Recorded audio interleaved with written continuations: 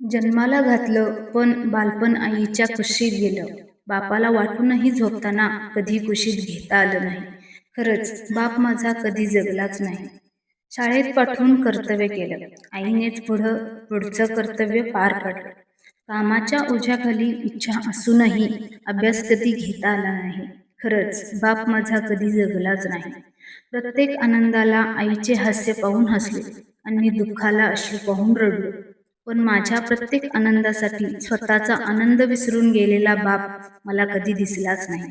खरंच बाप माझा कधी जगलाच नाही. माझ्या आजारपणात आई कायम जवळ बसून रडत होती. तिला मी विसरू शकलो नाही. पण बाहेर डॉक्टरला भेटून उपचारासाठी खस्ता खाणारा बाप मला कधी दिसलाच नाही. खरंच बाप माझा कधी जगलाच नाही. नोकरीसाठी आईने केलेली प्रार्थना बघून हळवा झालो.